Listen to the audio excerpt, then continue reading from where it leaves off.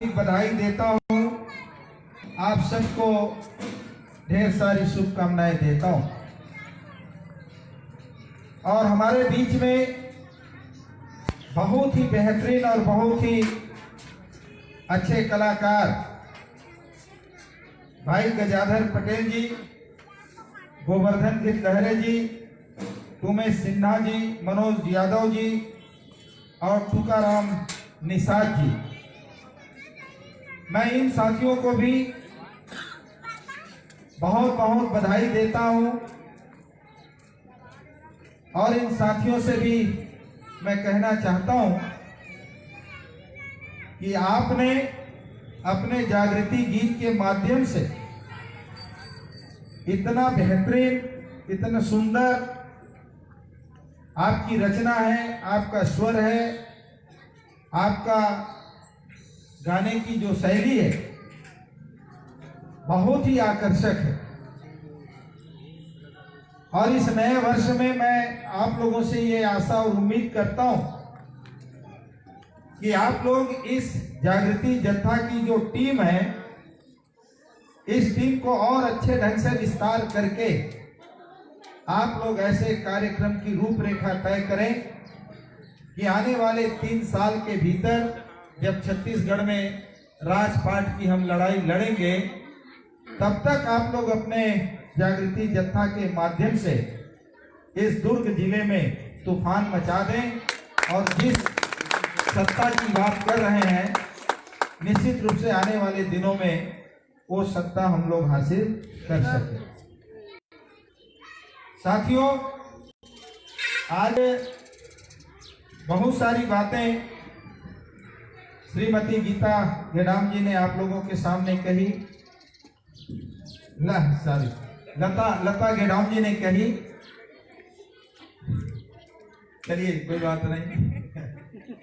और हमारे ओपी वाजपेयी जी ने भी बहुत सारी बात कही, हमारे कोयाम जी ने भी बहुत सारी बातें कही। और आज का ये मौका है, ये समय है, ये खुशी का समय है, क्योंकि हमारे कार्यकर्ता ने अपनी मेहनत से, अपनी खून और पसीने से अपने स्वयं का मकान उन्होंने बनाया और आज उस मकान में गृह प्रवेश के लिए हम सबको यहाँ पर आमंत्रित किया। और निश्चित रूप से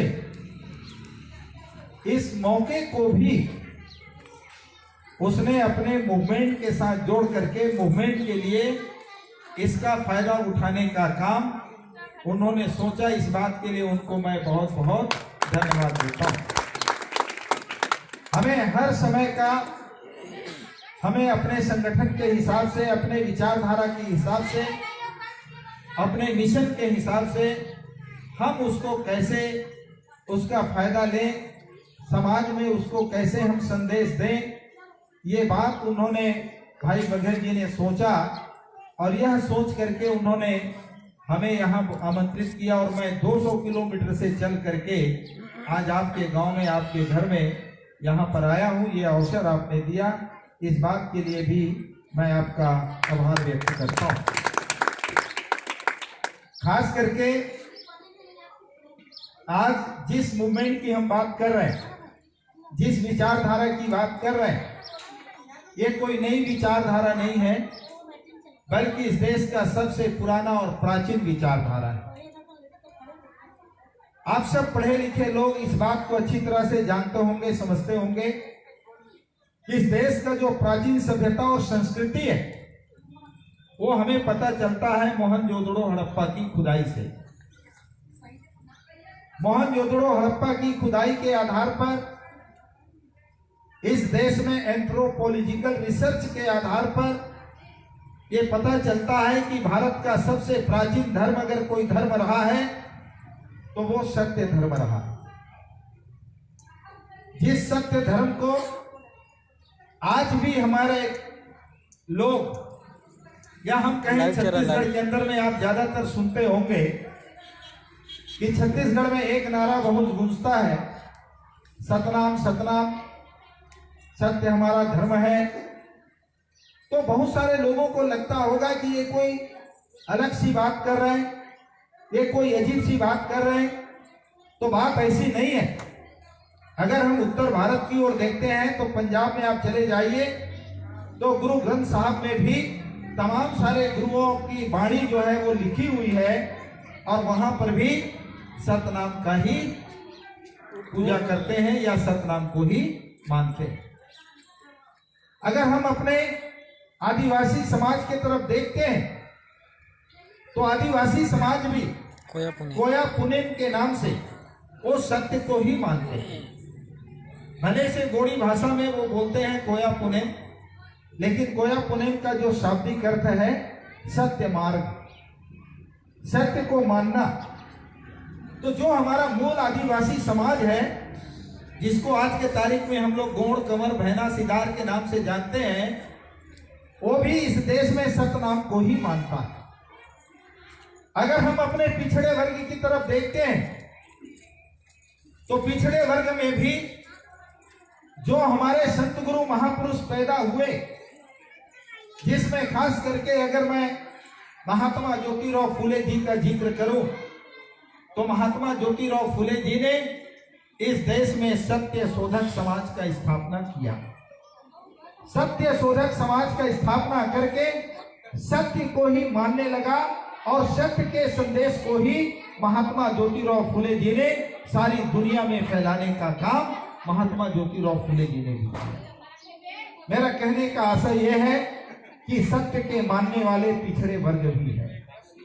अगर पिछड़ा वर्ग भी सत्य को मानता है, सत्य को, आज जो हम शेड्यूल कास्ट कहलाने वाले लोग वो भी सत्य को मानते हैं, चाहे गुरु कबीर हो, चाहे गुरु रविदास हो, चाहे गुरु घासीदास जी की बात करें, जो सत्य के मानने वाले हुए और उनके जो अनुयायी हैं जो आज भी सत्य को मानते हैं, तो कुल मिला करके जिनको आज के भाषा में हम SC ST OBC अनुसूचित जाति, जनजाति, पिछड़ी जाति कहते हैं, यही भारत का मूल बासिंदा, प्राचीन भारत के इतिहास में यही वो मूल निवासी समाज है, जो आदिकाल में भी ये सत्य के मानने वाले रहे।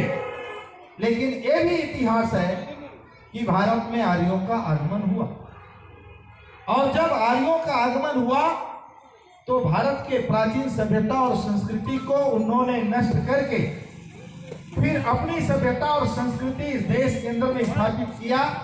और जो उन्होंने अपनी सभ्यता और संस्कृति स्थापित किया वो असत्य पर आधारित, अंधविश्वास पर आधारित, रूढ़िवाद पर आधारित, पाखंड पर आधारित, कर्मकांड पर आधारित उन्होंने एक असत्य पर आधारित समाज व्यवस्था और उन्होंने अपनी धर्म की स्थापना की।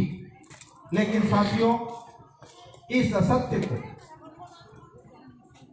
इसका पर्दाफाश करते हुए फिर सत्य को पुनर्जीवित करने का काम, फिर से उसको दुनिया के सामने उजागर करने का काम आज से 2500 साल पहले तथागत गौतम बुद्ध ने किया।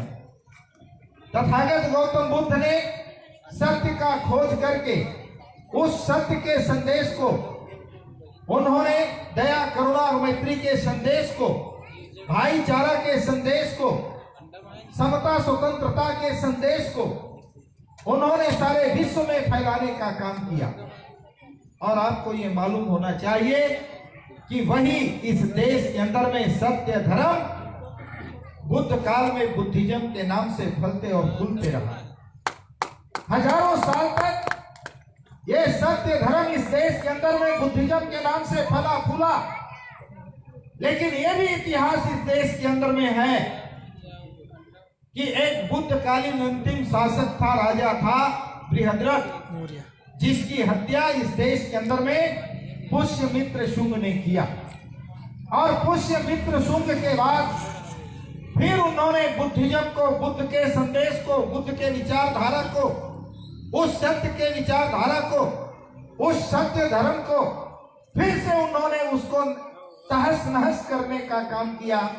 और इस देश में मनु के आधार पर, मनु स्मृति के आधार पर, असत्य पर आधारित उस समाज व्यवस्था को और अपनी सभ्यता और संस्कृति को फिर से हमारे ऊपर लादने का काम किया गया। लेकिन साथियों, आप सब अच्छी तरह से इस बात को जानते हैं कि जिस तरह से मनुस्मृति में जो बातें कही गई है वो सारी बातें सत्य पर आधारित नहीं है, तर्क पर आधारित नहीं है, विज्ञान पर आधारित नहीं है। इस देश के अंदर में असत्य पर आधारित, झूठ पर आधारित, अंधविश्वास पर आधारित, पाखंड पर आधारित उन्होंने अपनी व्यवस्था को फिर से यहाँ पर स्थापित करने का काम किया। लेकिन सत्य कभी समाप्त होता नहीं। आपको ये भी मालूम है कि इस देश के अंदर में अनेक विदेशी आक्रांताओं ने आया और जब वो बाहर से आए उन्होंने अपनी विचारधारा को भारत के अंदर में भारत के मूल निवासियों के ऊपर थोपने का काम करते गए।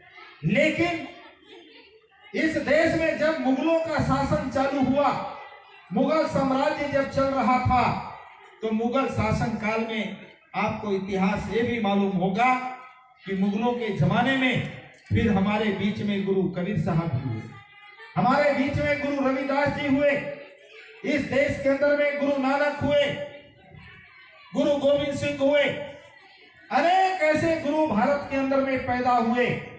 और फिर से इन्हीं सभी गुरुओं ने सत्य की बात को आगे बढ़ाने का काम किया।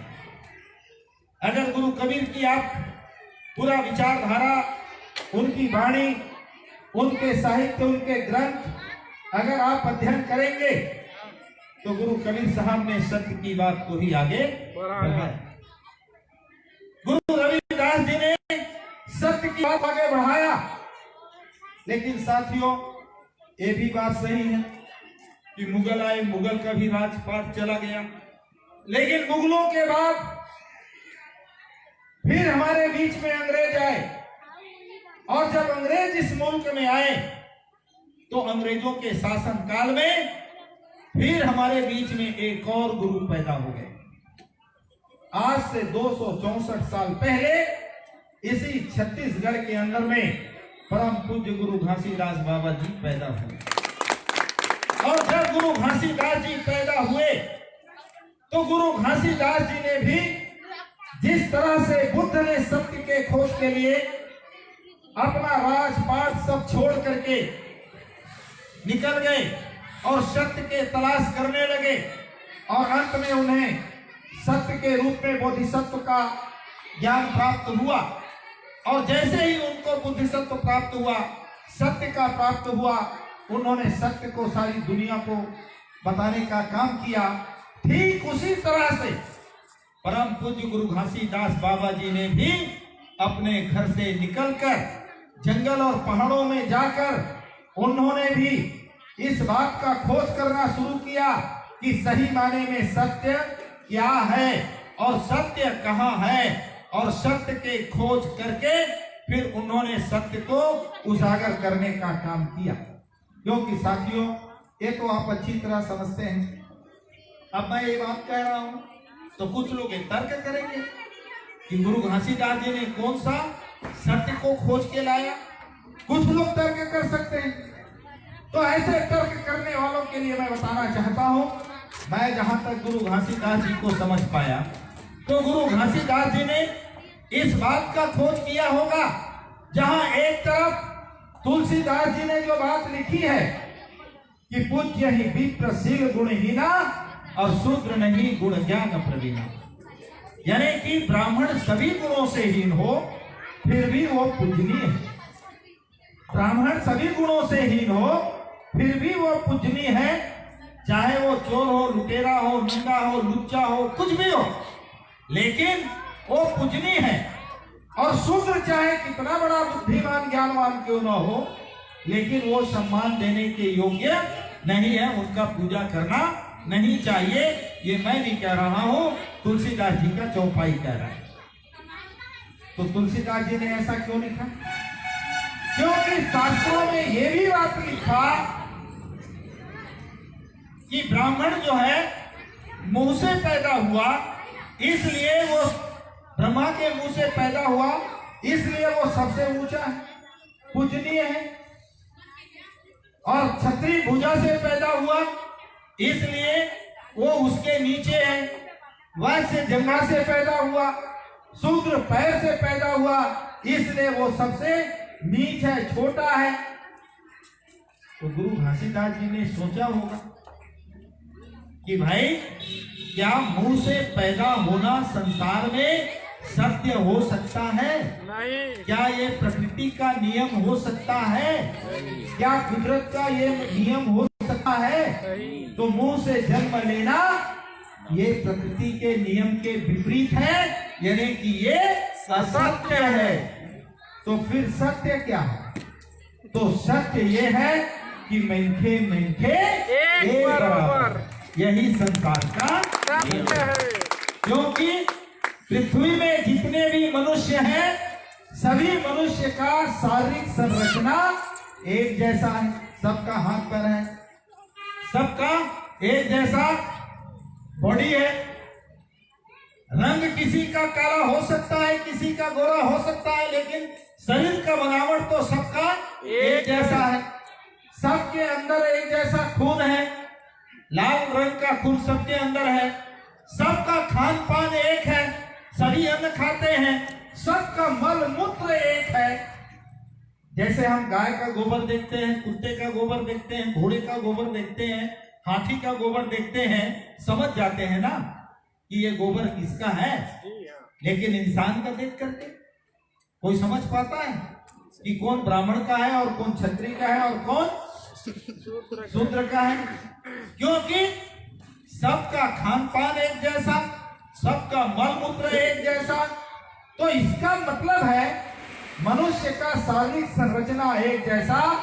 तो इसका मतलब है कि मेंखे मेंखे एक बराबर, एक बराबर, यानी कि ये संसार में सत्य, ये संसार में सत्य है।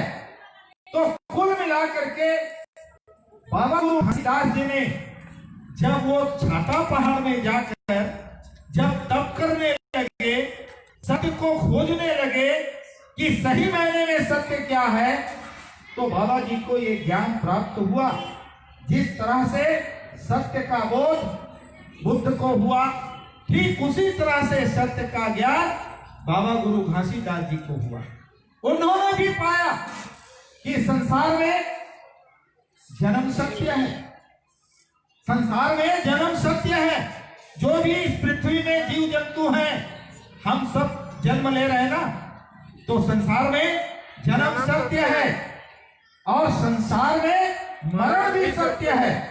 जो यहाँ जन्मा है उनको मरना भी है। संसार में जड़ सत्य है, संसार में चेतन सत्य है। जड़ का मतलब क्या है? जड़ जैसे ये लोहा है, ये जड़ है, ये पत्थर है, ये जड़ है, ये लकड़ी है, ये जड़ है। चालू कर दे। तो जड़ में क्या है? दो प्रकार का जड़, एक निर्जीव जड़, एक सजीव जड़। निर्जीव जड़ मतलब जो न चलता है, न लेता है, न देता है, न खाता है, न पीता है, न हिलता है, न तो डोलता है, उसको हम क्या बोलते हैं? निर्जीव जड़। और सजीव जड़, सजीव जड़ का मतलब क्या है? जैसे पेड़ पौधा है, इसमें जीवन है, इसमें जीवन है, इसमें हरियाली है, ये फलता है, फूलता है, तो उसमें जीवन है। लेकिन पेड़ पौधा सोचता नहीं, विचार नहीं करता, व्यवहार नहीं करता आपके साथ, लेकिन जीवन तो है। इसका मतलब है कि इसमें जड़ है, लेकिन ये जीवनधारी है, जीवन है उसके अंदर। तो जड़ दो प्रकार के, संसार में आप कहीं भी चले जाइए, ये दोनों तरह के जड़ आपको मिलेंगे। लेकिन चेतन भी सत्य है। चेतन का मतलब है जिसमें सोचने समझने की शक्ति है। तो जितने भी जीवधारी हैं, पशु पक्षी से लेकर वनस्पति से लेकर उन सब में से मनुष्य ही एक ऐसा प्राणी है जिसमें सोचने की, समझने की, विवेक करने की शक्ति है। यानी इसलिए मनुष्य क्या है? चेतन। मनुष्य क्या है? चेतन है। तो जिसके अंदर में चेतन है वो विवेक करेगा, वही विवेक करेगा। और जब विवेक करेगा तब कहीं जा करके सही और गलत का, सही और झूठ का वो निरीक्षण का मतलब तर्क करके उसको समझ पाएगा कि क्या सही है और क्या गलत है। अब एक तरफ आप गोबर को गौरी बना करके आप गोबर की पूजा कर रहे हो, और अगर आपके अंदर में आप विवेक करने की क्षमता नहीं है तो इसका मतलब है चेतन हो करके भी आपके अंदर में जड़ता है, क्योंकि आप ये तर्क नहीं कर पा रहे कि ये गोबर है, ये गोबर है, इसको आप तर्क नहीं कर पा रहे हो। आपके अंदर में इतनी भी चेतना नहीं है, अर्थात आप भी उसी तरह के जड़ हैं। जिस तरह से वनस्पति में जीव है वैसे आपके अंदर जीव तो है, लेकिन है आप जैसे पेड़ जड़ है वैसा आप भी जड़ होंगे। लेकिन मनुष्य चेतनशील है, उसको विवेक तो करना है। लेकिन आप सोचो, इस देश के अंदर में असत्य को स्थापित करने के लिए चेतन को भी जड़ बनाने का काम कर दिया गया, और आज हम सब उसी को मानते रहे। और इसी बात को, इसी सत्य को गुरु घासीदास जी ने कहा। जैसे अभी मैडम जी कह रही थी कि बुद्ध ने कहा आत्मविभव, तो गुरु घासीदास जी ने भी जब उसको इस ज्ञान का प्राप्त हुआ तो उन्होंने भी यही बात कहा कि अपन घटी में देव न मनावो, मंदिरवा में का करेगा। अपन घटी में देव न मनावो, अर्थात अपने अंदर के ज्ञान को, अपने अंदर के विवेक को, अपने अंदर के शक्ति को हम जलाएंगे, अपने अंदर के दीप को जलाएंगे और सबको प्रकाशित करेंगे। और आगे चौपाई आगे उन्होंने शब्द क्या कहा? पत्थर के देवता हालाय न डोलाय, मंदिरवा में काकर। तो क्यों हाला न डोलाय? क्योंकि वो जड़ है। जड़ तो न हिलता है, न डुलता है, न लेता है, न देता है, न खाता है, न तो पीता है। ये तो सत्य है, ये तो सत्य है। तो इसी सत्य को उन्होंने समझाने का काम किया। तो कुल मिला करके अगर हम देखें तो सही मायने में अगर देखा जाए तो बुद्ध को, बुद्ध के दर्शन के आधार पर परम पूज्य गुरु घासीदास जी के जीवन में भी हमें वही दर्शन समझ में आया, वही दर्शन हम लोगों के सामने नजर आता। लेकिन हमारे लोग बाबा गुरु घासीदास जी को कहां ले गए? भाटाबाड़ी में ले गए। भाटाबाड़ी से मिर्चा ले आए, मिर्चा से भाटा ले आए, मरे सोफरा को जिला दिया, मरे गैया को जिला दिया, अधर में नांगर, अधर में कुतारी, ना जाने क्या क्या इस तरह की बातें। इसका मतलब क्या है? क्या ये सत्य पर आधारित है? नहीं। क्या कुदरत के नियम के ऊपर आधारित है? हमारे पूर्वज अगर भारत के प्राचीन इतिहास में अगर हम देखते हैं सत्य धर्म के जमाने में, तो हमारे लोग किसको मानते थे? प्रकृति को मानते थे, कुदरत को मानते थे। और कुदरत ही सत्य है। कुदरत में क्या है? सूर्य है, चांद है, पृथ्वी है, आसमान है, पानी है, हवा है, अग्नि है, ये सब तो सत्य है ना, यही तो प्रकृति है ना। और जो प्रकृति के मानने वाले लोग हैं, आज भी जिन आदिवासी समाज की हम बात करते हैं, जो मूल निवासी समाज की बात करते हैं, वो सब के सब प्रकृति के पुजारी, वो सब के सब प्रकृति के पुजारी हैं।